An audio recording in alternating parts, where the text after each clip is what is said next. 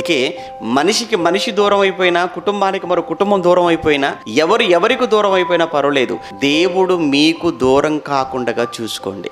దేవుడు నాకు దూరం కాకూడదు, నాకు ఎవరు దూరం అయిపోయినా పర్వాలేదు, కానీ నాకు దేవుడి దగ్గరగా ఉండాలి.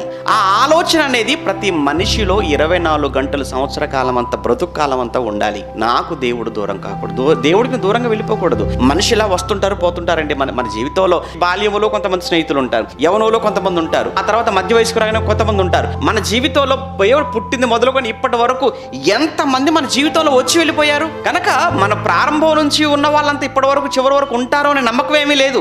మనిషి అన్న తర్వాత తన జీవితంలో పరిచయాలు ఎంతో మంది వస్తూ వెళ్ళిపోతూ ఉంటారు. అవసరానికి వస్తుంటారు, వెళ్ళిపోతుంటారు, అవసరానికి వస్తుంటారు, వెళ్ళిపోతుంటారు. కనుక మన జీవితంలో వచ్చి వెళ్ళిపోయే వాళ్ళ కోసం కదా మనం ఆలోచించవలసింది. దేవుడి కొరకు ఆలోచించాలి. దేవుడు నాకు దూరం అయిపోయాడా, దేవుడు నాకు దూరం అయ్యాడా, దేవుడు నాకు దూరం అయ్యాడా, లేదా నేను దేవునికి దూరం అయిపోయానా అనేటువంటి ఆలోచనతోనే మనం ఉండాలండి.